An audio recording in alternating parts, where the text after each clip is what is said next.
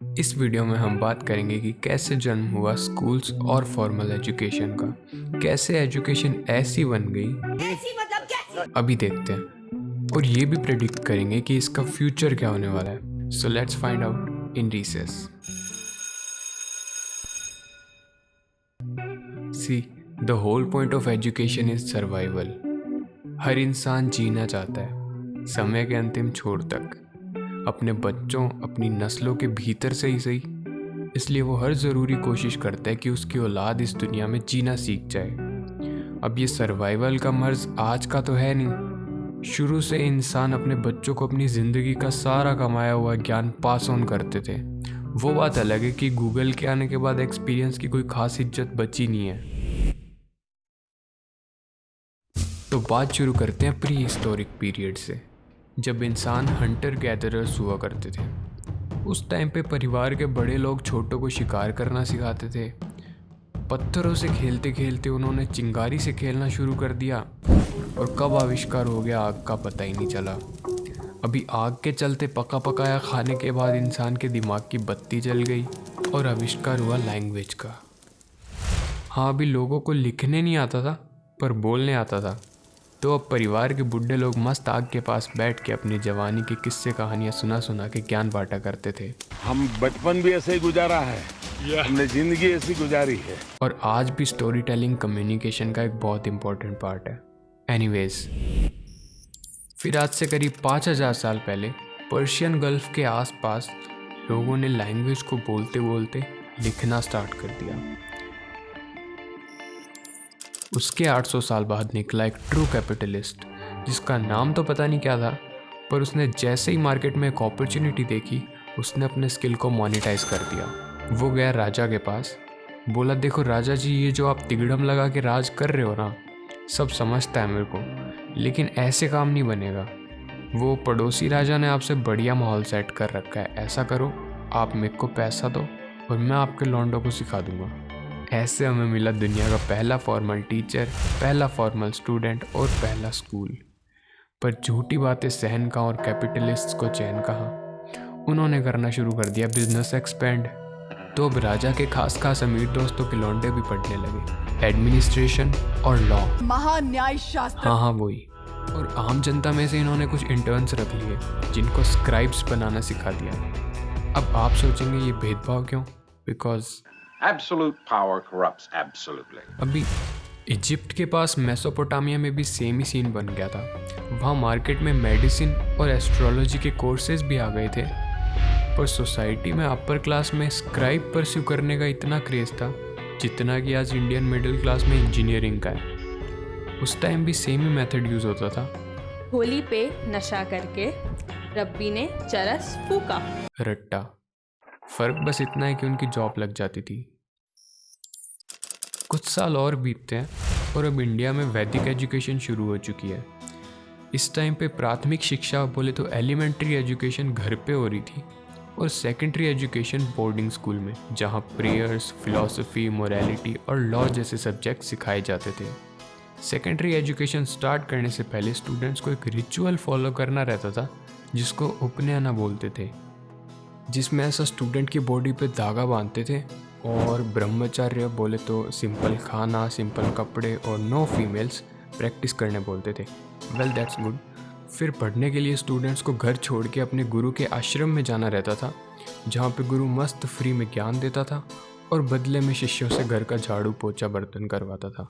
इस टाइम पे इंडिया में क्लास सिस्टम था और इंडियन एजुकेशन इंडस्ट्री पे ब्राह्मण लोग की चलती थी। सो अपनी इंडस्ट्री में ऑब्वियसली सारे रूल्स उन्होंने अपने हिसाब से बना रखे थे।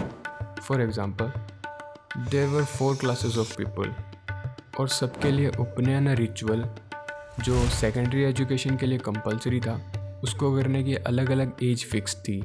ब्राह्मण लौंडे 8 साल की एज में पढ़ाई स्टार्ट कर सकते थे, क्षत्रिय 11 में, वैश्य 12 में और शूद्र अगले जन्म में। आप सोचेंगे ये भेदभाव क्यों? Because Absolute power corrupts absolutely. कुछ हजार साल और बीतते हैं और वैदिक एजुकेशन में करप्शन काफ़ी बढ़ जाता है और लोगों का इस पर से भरोसा उठने लगता है। लोग धीरे धीरे उपनयन करना छोड़ देते हैं। मार्केट में एक नई अपॉर्चुनिटी क्रिएट होती है और 2 नए रिलीजन उभर के आते हैं जो लोगों को अपना नया एजुकेशन सिस्टम ऑफर करते हैं, बुद्धिज़्म और जैनिज़्म। इनमें नया ये था कि संस्कृत की बजाय इन्होंने लोकल लैंग्वेज में एजुकेशन देना स्टार्ट किया, irrespective of caste, creed and sex. इन्होंने वैदिक एजुकेशन को 200 साल तक कंपटीशन दिया। फिर कहानी में एंट्री होती है महापद्मनंद की, जिसने मगध, जो आज का बिहार है, वहाँ नंदा डायनेस्टी फॉर्म करी। Nanda dynasty was one of the most powerful शूद्र डायनेस्टी इन इंडिया। इन्होंने वैदिक एजुकेशन सिस्टम की धज्जियाँ उड़ाई 40 साल तक। और फिर सीन में एंट्री होती है the king maker, the top G of Indian history, Chanakya.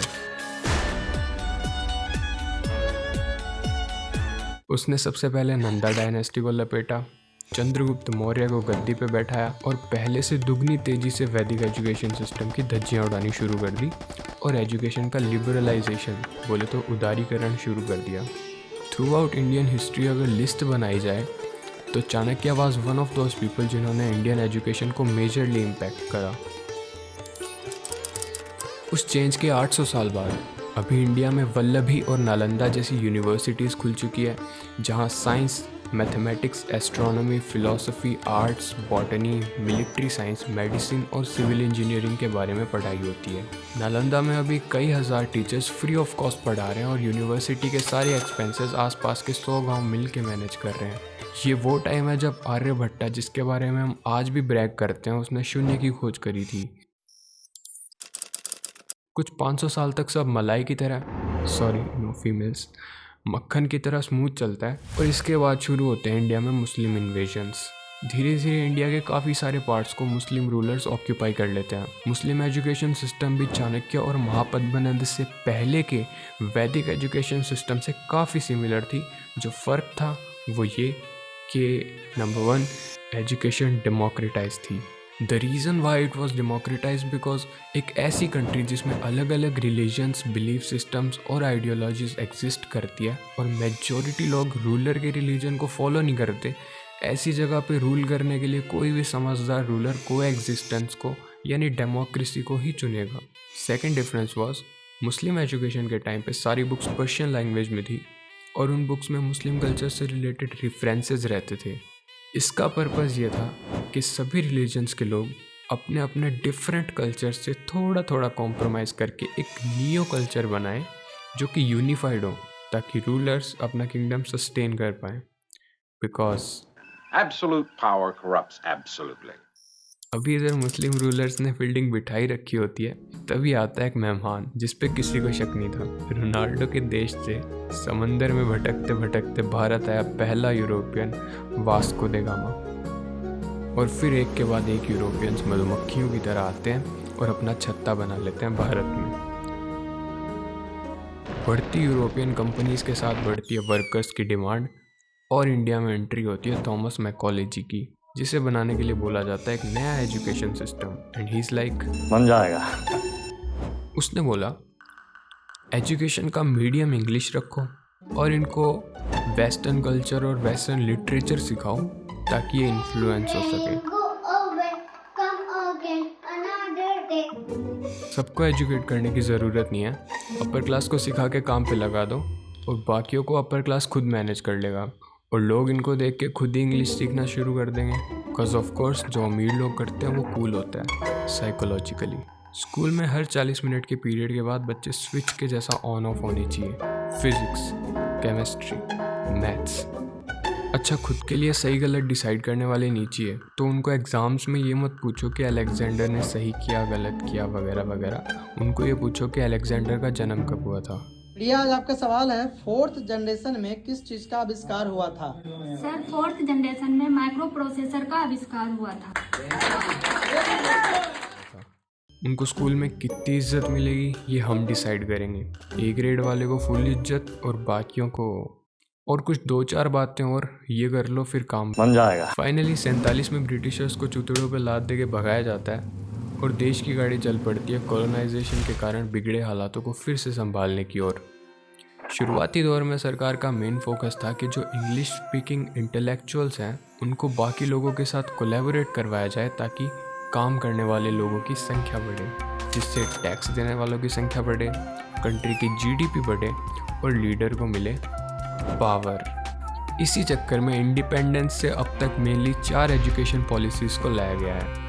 पहली 1968 में, जिसमें 3 लैंग्वेजेस हिंदी, इंग्लिश और स्टेट की रीजनल लैंग्वेज को सिस्टम में लाया गया ताकि थ्रू आउट इंडिया लोगों में कम्युनिकेशन ठीक से हो सके। अभी सामने वाले बंदे को हिंदी, इंग्लिश या लोकल लैंग्वेज तीनों में से एक ना एक तो आनी चाहिए ना बात करने के लिए। दूसरी 1986 में, जिसमें विमेन और बैकवर्ड कम्युनिटीज़ की एजुकेशन को बढ़ावा दिया गया ताकि इलेक्शन में वोट्स बढ़े, देश में काम करने वाले लोग बढ़े, जीडीपी बढ़े और बढ़े पावर। और इसमें गवर्नमेंट का जो सबसे मेन फोकस था वो था सोशल वेलफेयर।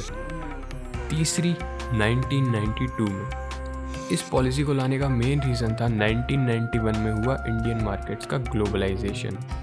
विदेशी कंपनीज के लिए मार्केट खुलते ही भारत में बड़ी प्राइवेट कंपनीज, जिनके साथ बड़ी डिमांड इंजीनियर्स की।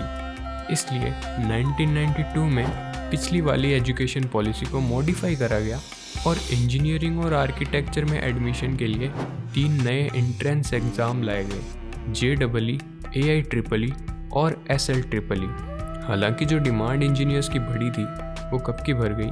आज 30 साल बाद जब इंजीनियरिंग का जॉब मार्केट ओवर सैचुरेट हो गया है, फिर भी अभी तक Tier 3 इंडिया में लोग इंजीनियरिंग के पीछे हाथ धो के पड़े हैं, जबकि आज की डेट में education industry is a pure business. अगर मैं मेरे गवर्नमेंट इंजीनियरिंग कॉलेज की बात करूं तो वहां कैंपस में बस कुछ भालू और तेंदुए घूमते रहते हैं।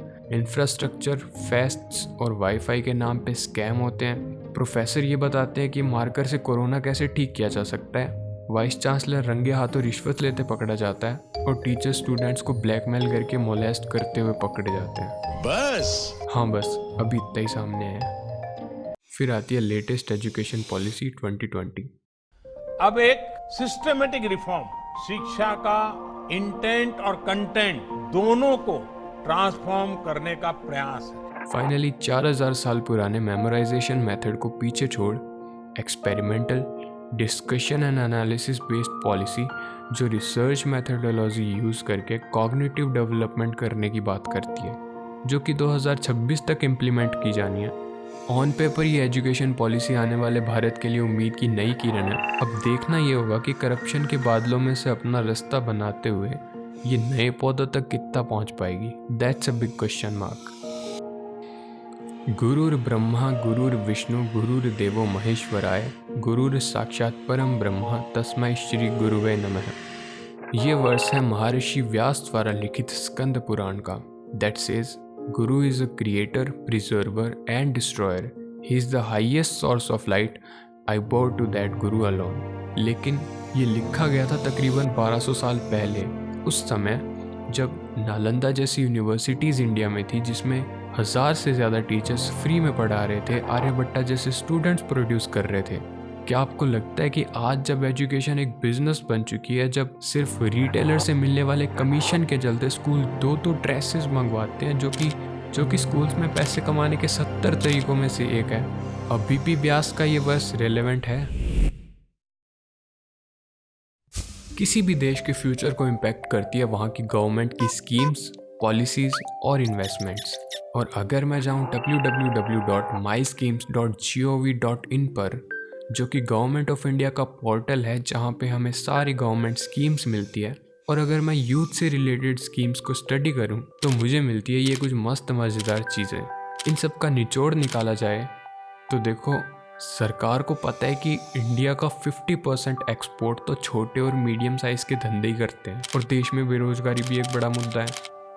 तो सरकार ने ऐसा बंदोबस्त कर रखा है कि अगर किसी व्यक्ति के पास एक आइडिया है जिसकी लोगों को ज़रूरत है, उसे एग्जीक्यूट करने के लिए टेक्नोलॉजी दुनिया में अवेलेबल है और उससे पैसा बनाया जा सकता है, और साथ ही वो व्यक्ति कैपेबल है उस आइडिया को एग्जीक्यूट करने के लिए, तो सरकार आपके पीछे तैयार खड़ी है सस्ते loans, mentorship support, marketing, research and development, legal और इन्वेस्टमेंट सपोर्ट लेके। This way, it is inevitable that we are going to see a rise in small-scale-preneurs in India soon. In this fast-paced world, skills are getting outdated faster than ever before. Hence, if I were to tell what are the hot skills of today, So for the next 20 years, communication, leadership, self-learning, reading between the lines and rapid execution are going to be the most important soft skills. But one thing for sure, आप अपने future को लेके completely schools और colleges के भरोसे नहीं बैठ सकते। जैसे कि थ्रू आउट हिस्ट्री हमने देखा कि एजुकेशन इंडस्ट्री को मनी और पावर से अलग रखने के बाद ही हम अच्छे नतीजों की उम्मीद कर सकते हैं, जो पूरी तरह कर पाना तो पॉसिबल नहीं है। So instead of bitching about it, we are here to complement your traditional education and bring you the knowledge that will cover the flaws of the current system. तो नीचे सब्सक्राइब बटन है, उसे अपना ही समझो और देख लो जैसे आपको ठीक लगे। चलो मिलते हैं फिर। There's more than meets the eye, you see. You're not what you appear to be.